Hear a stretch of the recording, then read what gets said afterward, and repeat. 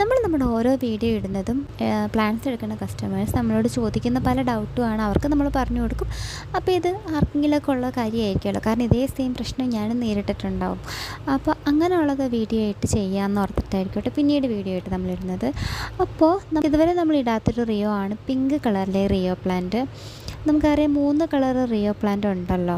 ഒന്നൊരു ഗ്രീനും പർപ്പിൾ കളറും കൂടെ ഉള്ള ഡബിൾ കളറുള്ളതുണ്ട്. പിന്നെ നമ്മൾ ഗോൾഡൻ യെല്ലോ, പിന്നെ നടുക്ക് ഗ്രീൻ ലൈൻ വന്നിട്ട് ബാക്ക് സൈഡിൽ പർപ്പിൾ കളറുള്ള ഒരു ട്രൈ കളർ റിയോ പ്ലാന്റ് ഉണ്ട്. പിന്നെ ഈ ഒരു പിങ്ക് ഷെയ്ഡുള്ള റിയോ പ്ലാന്റ് ഉണ്ട്. അപ്പോൾ ഇതിൽ ഈ പിങ്ക് ഷെയ്ഡുള്ള റിയോ പ്ലാന്റ് ചില സമയത്ത് അതിൻ്റെ മോൾ ഭാഗത്തായിട്ട് ആ ഒരു വൈറ്റ് ഷെയ്ഡ് പോയി ആ ഫുൾ ഗ്രീൻ കളർ കയറി വരുന്നു. അതായത് ആ ഒരു വിഷയം എനിക്കും നേരത്തെ നേരിട്ടൊരു പ്രശ്നമാണ്.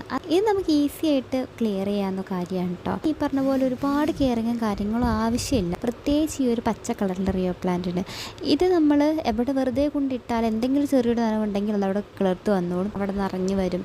കുഞ്ഞു കുഞ്ഞു തൈകളൊക്കെ അതിൽ നിന്ന് തന്നെ ഉണ്ട്. ആ സ്റ്റെമ്മിൽ നിന്ന് തന്നെയായിരിക്കും കേട്ടോ ഉണ്ടാവണം ചെറിയ തൈകൾ. നോർമലി റിയോ പ്ലാന്റ്സിന് ഒരുപാട് വെള്ളത്തിൻ്റെ ആവശ്യമില്ല, ചീഞ്ഞു പോകാനുള്ള ചാൻസിന് സോഫ്റ്റ് സ്റ്റെമ്മാണ്.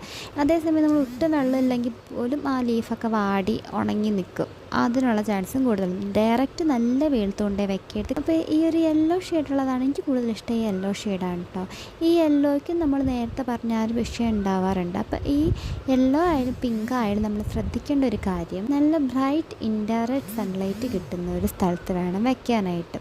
നല്ല തണലത്താണ് വെക്കണമെന്നുണ്ടെങ്കിൽ ആ ഒരു പച്ച, ആ ഒരു ലൈനായിട്ട് കാണുന്ന പച്ച കളർ കയറി അങ്ങ് വരും. നമ്മുടെ ഇപ്പോഴത്തെ ഉച്ചത്തെ വെയിൽ കിട്ടാതെ രാവിലത്തെ വൈകുന്നേരത്തെ ഇളം വെയിൽ മാത്രം കിട്ടുന്നൊരു സ്ഥലത്ത് നമ്മൾ വെക്കണമെന്നുണ്ടെങ്കിൽ അത്രയും നല്ല ഭംഗിയായിട്ട് പ്ലാന്റ് നിൽക്കും. പിങ്ക് റിയോ പ്ലാന്റ് വളർത്തുന്നവർ ഒരുപാട് വെള്ളം ഒഴിച്ച് കഴിഞ്ഞാൽ പെട്ടെന്ന് പ്ലാന്റ് ചീഞ്ഞ് പോകും. ബാക്കി 3 റിയോ പ്ലാന്റ് കമ്പയർ ചെയ്ത് നോക്കിയാലും ഈ പിങ്ക് കളർ റിയോ പ്ലാന്റ് പെട്ടെന്ന് ചീഞ്ഞ് പോകാനുള്ള ചാൻസ് ഉണ്ട്.